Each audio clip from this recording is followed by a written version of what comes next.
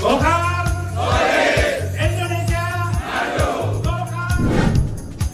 Kajian terkait sejarah Partai Golkar atau golongan karya cukup menarik.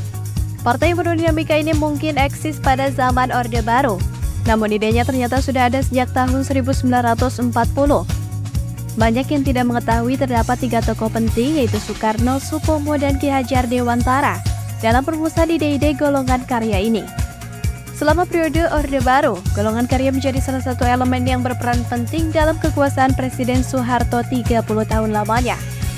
Golongan karya muncul dari kolaborasi gagasan 3 tokoh, Soekarno, Supomo, dan Ki Hajar Dewantara.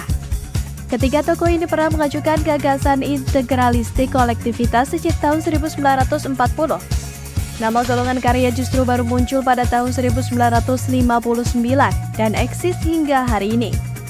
Pada awalnya, ide awal dari pembentukan golongan karya ini adalah untuk menampung perwakilan dari golongan-golongan yang ada di masyarakat.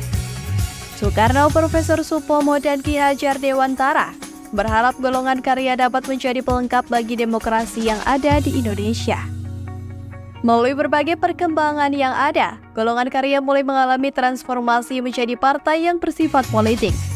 Dalam catatan sejarah, ada 2 tokoh yang menjadi otak perubahan Partai Golkar menjadi organisasi politik, adalah Soekarno dan A.H. Nasution.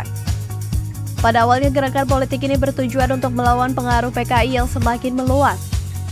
Sejak saat inilah bibit-bibit Golkar sebagai sebuah golongan yang menjadi keterwakilan lembaga menjadi runtuh.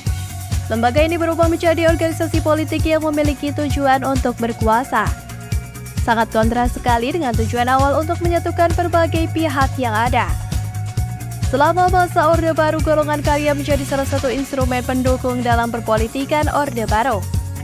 Mengutip dari politik komunikasi Partai Golkar di 3 era, dari partai hegemoni ke partai yang berorientasi pasar 2009.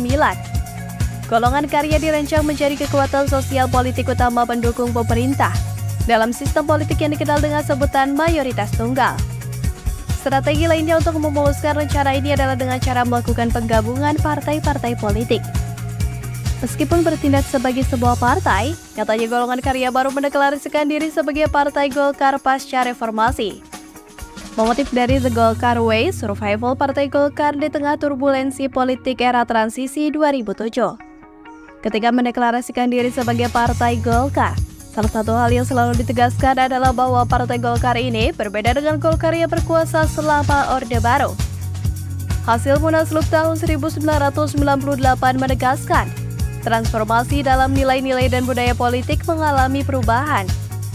Sejarah pun mencatat, Partai Golkar secara perlahan berusaha menghilangkan kesan otoriter dan menjadi partai terbuka terhadap semua golongan.